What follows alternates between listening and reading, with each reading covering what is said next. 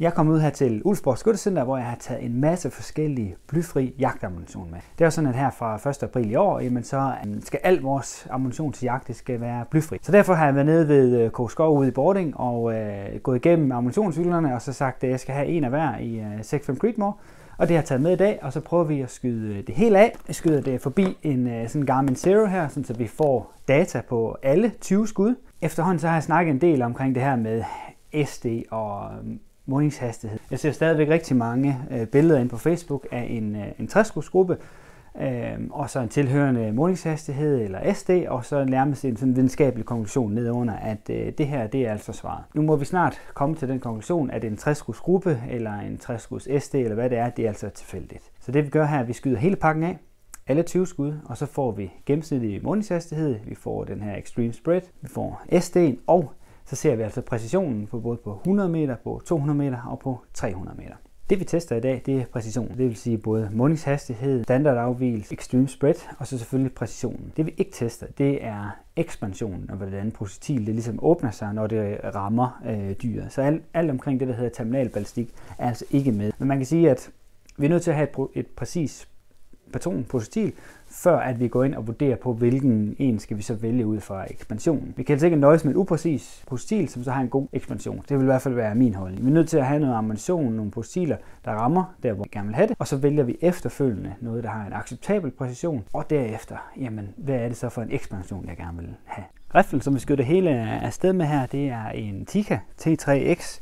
Super varme, selvfølgelig 6.5 Creedmoor. Der er en AS Ultra lyddæmper på, og så er der det nye Steiner sigte 4-28 M7X i-sigte. Og det er egentlig første gang, jeg skal skyde mange skud. Nu skyder vi alle de her 220 jagtpatroner af. Det er vigtigt at huske på, at testen i dag, den er lavet med den her riffel, som har den stigning, som pipen nu engang har. Derfor er det ikke givet, at du vil få det samme resultat i din riffel. Pointen er bare, at ved at vi skyder alle 220 skud, jamen, så får vi en større datamængde og kan tage en vurdering på. Så det kan være, at efter videoen, så har du måske 2 eller 3 æskerne, som du tænker, dem vil jeg ned at købe og prøve i min riffel. Men det er altså ikke en evig sandhed. Det vi kommer til at se i dag, det er, hvordan det her ammunition det skyder i lige præcis den her riffel. Og ikke nødvendigvis en sandhed for alle rifler til alle tider. Måden vi udfører testen på her, det er ved, at når jeg skyder på 100 meter, så sigter jeg egentlig lige på. Så ser vi mest gruppesamlingen, vi lægger mærke til der. På 200 meter, der kompenserer jeg 10 cm i sigtet, altså 5 af mine klik. Og så prøver vi selvfølgelig dels at se en samling, men også i forhold til kuglefaldet. Og på 300 meter, der kompenserer jeg 15 klik, eller 45 cm i kikkerten. Og så derfra så ser vi, jamen er der mere eller mindre kuglefald. Så har vi Sargo Blade her, Sargo Powerhead Blade hedder den, som vejer 120 grains, og den ser jeg ret mange billeder af den. Den er meget populær, måske endda lidt hyped. Så jeg er spændt på, om den ligesom kan leve op til forventningerne. Alright, vi er nede ved 100 meter skiverne her. Sargo Blade. Det er sådan set 2 fine grupper. På 200 og 300 det bliver spændende, og det er derfor en god idé at skyde med sit ammunition længere end 100 meter. For det er først derude, at vi sådan kan se de små afvigelser i præcision, det kommer altså langt mere til udtryk. I grupperne på 200 meter med Sargos, og det er lidt sjovt her, jeg har kommenteret de første 10 cm i kikkerten, og så skyder jeg lige på, så vil jeg måle og se, om der er en yderligere difference, enten op eller ned. Sargos passer ganske fint med de her 10 cm på 300 meter med Sargos, og her ser vi imponerende flot konsistent gruppe. Vi ser virkelig projektil, der flyver ens, nogenlunde samme hastighed, rammer nogenlunde samme sted. Jeg har kompenseret 45 cm i kikkerten, og den sidder fuldstændig lige på det. Mellem hver 20 skudserie giver jeg den riflen i en kort rand, kobberbørste med olie, trækker en bordsnække igennem. På den måde så har vi har ikke fuldstændig ens, det får vi aldrig, når vi tester ammunition, men vi har det så ens som muligt. Så har vi RWS her, Evolution Green, som er et lidt lettere projektil, ja, 93 grains kun. Det er ret spændt på at se, hvordan det holder op, især når vi kommer på 300 meter. Fordi vi vil også gå ned i BC, når vi går ned i vægt. Så har vi RWS, også ganske udmærkede grupper. RWS'en den havde lidt højere udgangshastighed, så det vi ser, det er også, at man skal faktisk kompensere en lille smule mindre, hvilket taler til den fordel i den flade kuglebane. Her der har vi RWS'en på 300 meter. Og der ser vi ligesom lidt det forventede billede, at vi ligger lidt højere, og det tilskriver vi den høje mundingshastighed, den her projektil flyver med. Hvilket jeg egentlig ser som en positiv ting. Elapua naturalis. Den har en lidt sjov form, nærmest lidt underlig form. Jeg har skudt rigtig meget Elapua, både i 308, i 6555 og også i 32. Og den her den har altså en sjov form, og den har altså en lidt lav BC, så jeg er spændt på at se, hvordan den performer i forhold til præcision. Det er 140 grain, så det er ret tungt i forhold til at være blyfrit jagtammunition. Og så er det også den dyreste, vi har med til lidt over 900 kroner for sådan en pakke her. Hvis det ser lidt lavere, men det er også, den havde noget lavere udgangshastighed, plus den tunge vægt. Den her tunge Elapua-kugle, som også flyver langsomt. For vi kan se, at gruppen sidder faktisk helt hernede. Og jeg har kommenteret de første 10 cm, og så sigter jeg her. Men der er altså yderligere 20 cm kuglefald. Så bare på 200 meter, der har vi altså et kuglefald på 30 cm med Elapua her. Det er næsten ekstremt meget. Alright, så er vi på 300 meter med Elapua her, og ud fra hvordan kuglefaldet, det her voldsomme kuglefald var på 200 meter, så valgte jeg at kompensere yderligere 15 cm, så her der er altså kompenseret 60 cm. I kigger den, og så har jeg sigtet lige på. Og så kan jeg ikke se det første skud, så jeg går op på mit spotterscope og kigger, kan stadigvæk ikke se det. Så jeg antager, at jeg er gået lavere. Så mit andet skud, der sigter jeg herop, det vil sige, at jeg stadig kompenseret 60 cm. Kigger den, men så ligger jeg yderligere 15 cm i, og kan egentlig stadigvæk ikke se skuddet, før jeg går hen på spotterscopet og kigger, at efter at have kommenteret ikke bare 60 cm, kigger den, men at sigte yderligere cirka 15 cm op, så rammer jeg helt hernede i bunden. Så det jeg gør på de sidste 3 skud, det er det der og det der, det er, at jeg sigter simpelthen helt heroppe i toppen. Så vi skal prøve at måle der 20, 40 plus et par stykker der, så måske 43 cm plus 60 cm. Jeg havde kommenteret i sigtet allerede. Det er for mig fuldstændig vanvittigt. Så har vi Hornadys her, Superformance. Jeg synes, det er et meget fedt navn. 120 grains, og så deres CX-projektil, som igen skulle være et sådan til langdistance jagt her. En af de ting, der er udmærket med, det er, at den er særlig hurtig. Det skriver de i hvert fald på pakken, det får vi selvfølgelig testet. Og at det, ligesom det, de skriver her, det er et speed kills. Så den skulle altså være lavet en lille smule hårdere for at få noget mere hastighed på. Så er vi på 100 meter Hornady, hvor vi har en voldsom god gruppe her. Altså det eneste, der sker, det er, at jeg skifter magasin, og så åbner gruppen sig sådan derop. Om det er, fordi riflen bliver lidt varm, eller hvad det er, en lille smule tvivl om. Jeg føler egentlig nogenlunde det samme ved alle 10 skud, men jeg har altså stor forskel i gruppen. Næsten 3 gange så stor gruppe jo.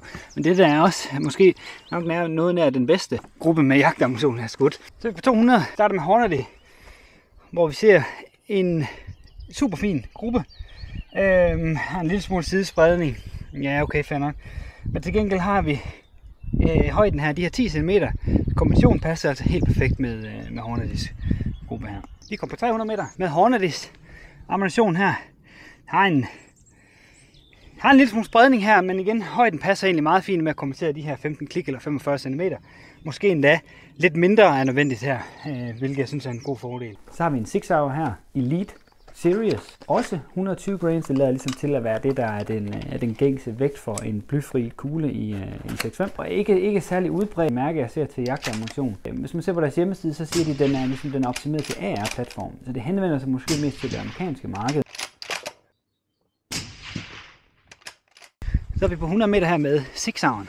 Det sidder en lille smule til venstre, det bekymrer vi os overhovedet ikke om her i testen. Det er kun højden og præcisionen. Det her, det er bare en indskydning. 2 fine grupper her. Man kan sige, for eksempel ved den her gruppe herovre, jamen egentlig så vil jeg sige, jeg mærker som sådan ikke det store forskel på det skud der.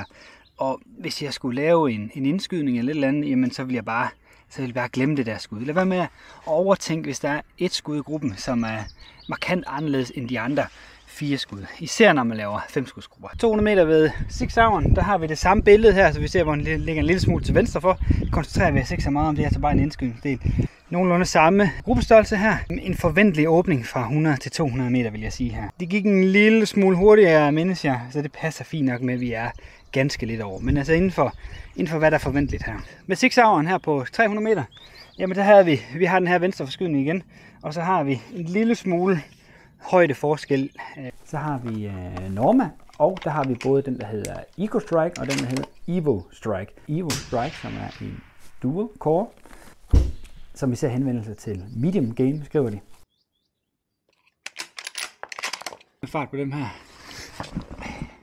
Over 1000 meter sekundet er det her.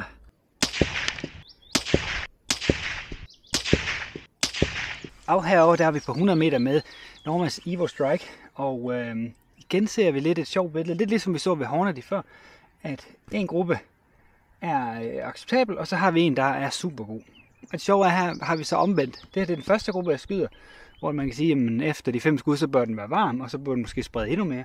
Men det er det omvendte, vi ser her. Endnu en gang understreger det vigtigheden af at skyde mere end 3 skud, altså skyde 5-skudsgrupper, og gerne flere 5-skudsgrupper, så vi ikke konkluderer, at det er sådan, den skyder altid, fordi det har vi lige set, det ikke er.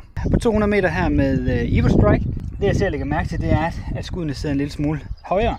Og det skyldes altså den her voldsomt hurtige mundingshastighed. Jeg havde ud af de her 20 skud, vi lige skød, der var jeg tror 5 stykker af dem, der var over 1000 meter i sekundet. Så det gør altså, at her der skal vi kompensere mindre end de 10 cm. Jeg synes i hvert fald, at jagtmæssigt er en fordel, at vi ikke skal tænke så meget over kuglefaldet ud til de her 300 meter. Vi ser det samme billede med, at vi skal altså kompensere mindre end de her 45 cm, som jeg sådan antager som værende en gennemsnitlig base. Igen, det skyldes den enormt hurtige her mundingshastighed. Rigtig god gruppe. Lidt i stil med gruppen vi så der på 100 meter, på 200, jamen så holder det altså præcisionen, hastigheden og flyveegenskaberne herude. Det er super imponerende. Så har vi Cellar Below, cutting edge på 120 grains også. Den skulle være lidt speciel omkring sin sådan lille kant, den har her. Jeg er spændt på at se, om det påvirker præcisionen. Cellar Below har nogle gange haft et lidt negativt ladet ry, som efterhånden er begyndt at blive bedre. SRB's Cutting Edge. Her der ser vi igen 2 udmærkede grupper. Vi har sådan 2 skud, der går lidt ned der, hvor 3 der sidder rigtig fint. Og de her, der sidder 2 i den der, så det der er sådan set en ganske acceptabel gruppe. Især hvis man tager en af dem væk. Og igen her, 2 skud, der går ned. Jeg mærker som sådan ikke rigtig noget på dem, så jeg vil vurdere hele gruppen som værende det man skal kigge efter her. På 200 meter her med SRB Cutting Edge. Det synes jeg egentlig er en ganske fin gruppe. Og det passer meget fint med holdet de her 10 cm, jeg kommenterer. Måske en anelse mere. På 300 meter med Cellar Below's Cutting Edge her. Egentlig en acceptabel 300 meter gruppe, synes jeg. Skal kompensere lige 1 eller 2 yderligere klik. Så har vi Barnes her. VOR-TX, som også er en long range jagtprostil. 127 grains, altså en lille smule højere end langt de fleste andre. Og skulle også være prostilmæssigt designet til en god præcision, også på de længere afstande. Så har vi Barnes på 100 meter. Fin gruppe her med jagtammunition. Jeg vil være tilfreds med begge grupper. Den der er helt tydeligt mig, der kommer til at bevæge hånden lige, da skuddet går. Så der vil jeg egentlig måle den uden det her skud. Og det er vigtigt, at man kan mærke sin skud, sådan at man ikke overfortolker på grupperne. For når jeg helt tydeligt kan mærke, at jeg kommer til at forstyrre riflen lige i det skuddet gik, så giver det ingen mening at medtage det skud i statistikken for det. Ser vi på Barnes, er en lille smule overrasket over, at gruppen faktisk åbner sig op her. Jeg havde forventet en lidt bedre præcision her. Til gengæld så passer højden med de her 10 cm ganske. Med Barnes på 300 meter. Jeg synes egentlig også, at det her er en okay jagtgruppe. Jeg havde måske lidt høje forventninger til den her Barnes long range, som jeg faktisk ikke helt synes, den indfrier. Jeg synes, det er okay, men jeg havde lidt høje forventninger til den.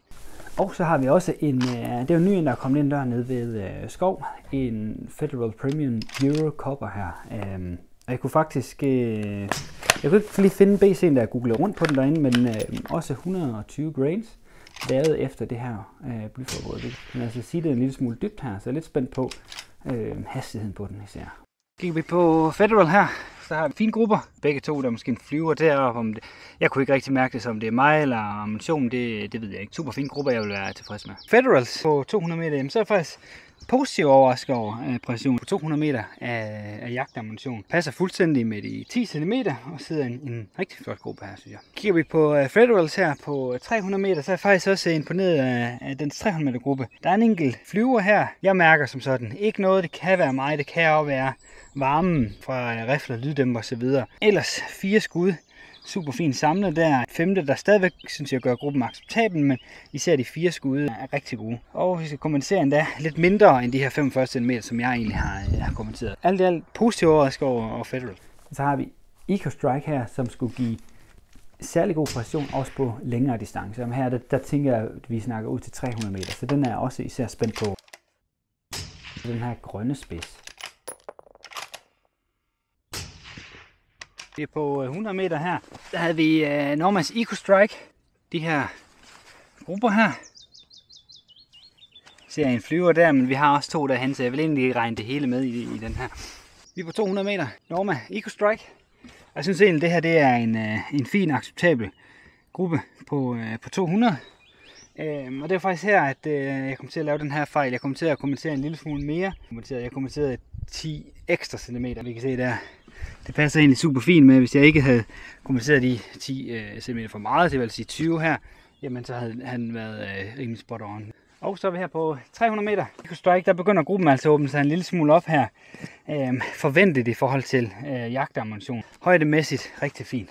Vi har Cella Bellows TXRG, noget i den stil. Blue her. Igen endnu en fra Cella Bellows her. Den har vi altså 2 af, også på 120 gram. Har den her blå spids, der skulle være med til at give en ensartethed i forhold til præcisionen og hjælpe med ekspansion. Jeg er især spændt på Cella Bellows her efter netop deres lidt negative ry, som de skulle have forsøgt at rette en del op på. Og jeg hører altså ret meget positivt om Cella Bellows efterhånden, især i forhold til prisen. Kigger vi på SAB Blue 100 meter, så er jeg egentlig positivt overrasket over præcisionen, især her på den første gruppe.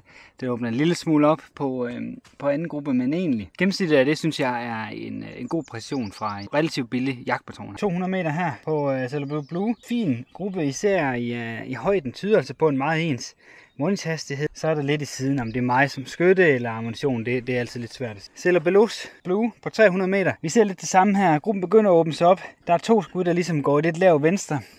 Kan være skyttefejl, men i og med, at der er 2 af skuddene, og jeg ikke rigtig mærker det, men så vil jeg ligesom tage det med i hele gruppen. Jeg synes stadigvæk dog, det er en acceptabel gruppe for et billigt jagtprojekt på 300 meter. Her hvad bliver det? Det bliver 33 skiver, som jeg tager hjem og måler på, og får alle data samlet, så vi kan lave en opsummering.